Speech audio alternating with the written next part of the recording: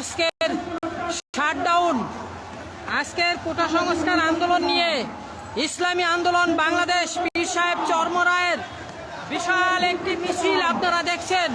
তারা ইসলামী আন্দোলন বাংলাদেশ তারা লিখে এনেছে ক্যাম্পাসে ছাত্রীরা শারীরিকভাবে কেন শিকার হয়েছে এবং সেই সঙ্গে কোটার যৌক্তিক সংস্কার দাবি করে তারা মেধার অধিকার বাস্তবায়ন চাইছে।